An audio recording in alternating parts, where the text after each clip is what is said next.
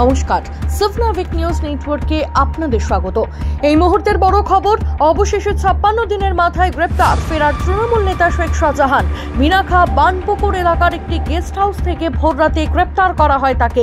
High court থেকে সুবিধার আদেশ উঠে যেতেই 24 ঘন্টার মধ্যে পুলিশের জালে সন্দেশখালীর বেতাজ বাদশাহ শেখ শাহজাহান, যাকে গ্রেপ্তারের দাবিতে দীর্ঘ প্রায় 1.5 মাসেরও বেশি সময় ধরে আগুন জ্বলছে গোটা সন্দেশখালী জুড়ে।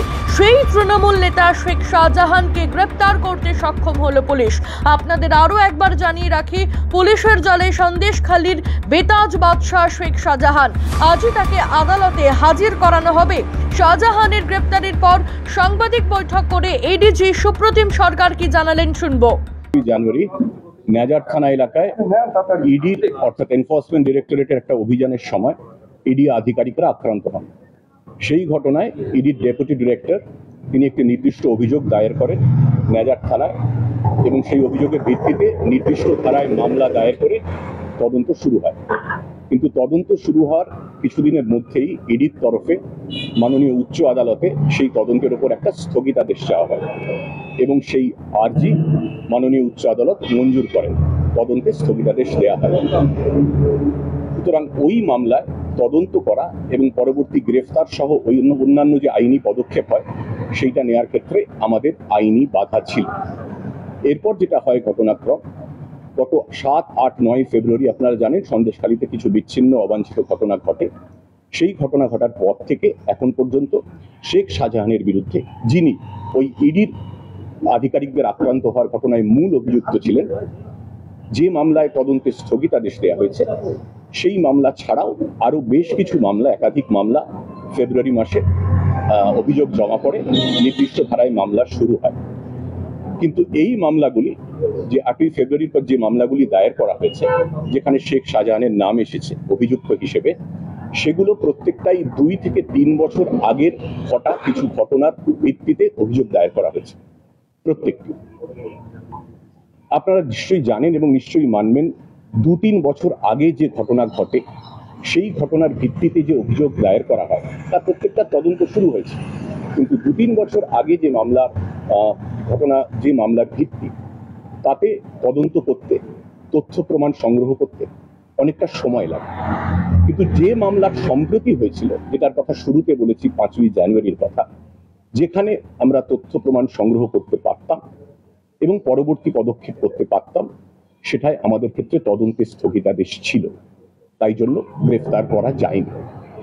অথচ সংবাদ মাধ্যমে, আপনাদের চ্যানেলে এবং আরো বিভিন্ন মহল থেকে এটা লাগাতার বলা হয়েছে যে পুলিশ ইচ্ছাকৃতভাবে শেখ শাহজাহানকে গ্রেফতার করছে না। আমি বলতে চাই স্পষ্ট করে, এটা ঠিক নয়, এটা ভুল, এটা অপপ্রচার।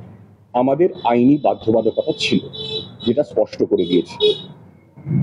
দিন 2 আগে যখন মাননীয় উচ্চ আদালতের তরফে স্পষ্ট করে বলে দেওয়া হয় যে গ্রেফতারির উপরে কোনো ধরনের বিধিনিষেধ নেই, তারপর আমরা জোর কদমে তল্লাশি শুরু করি এবং গত রাতে মিনাখা থানার বামনপুকুর অঞ্চল থেকে শেখ শাহজাহানকে আমরা গ্রেফতার করেছি।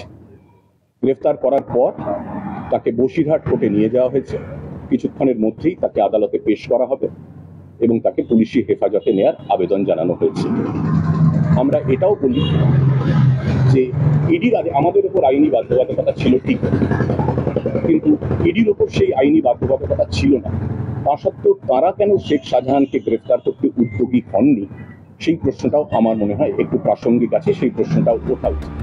উল্লেখ্য, রাজ্য পুলিশের এডিজির সন্দেশখালীতে রাত্রি যাপনের পরেই কোথাও একটা জল্পনা চলছিল, এবার হয়তো শেখ শাহজাহান গ্রেপ্তার হবেন।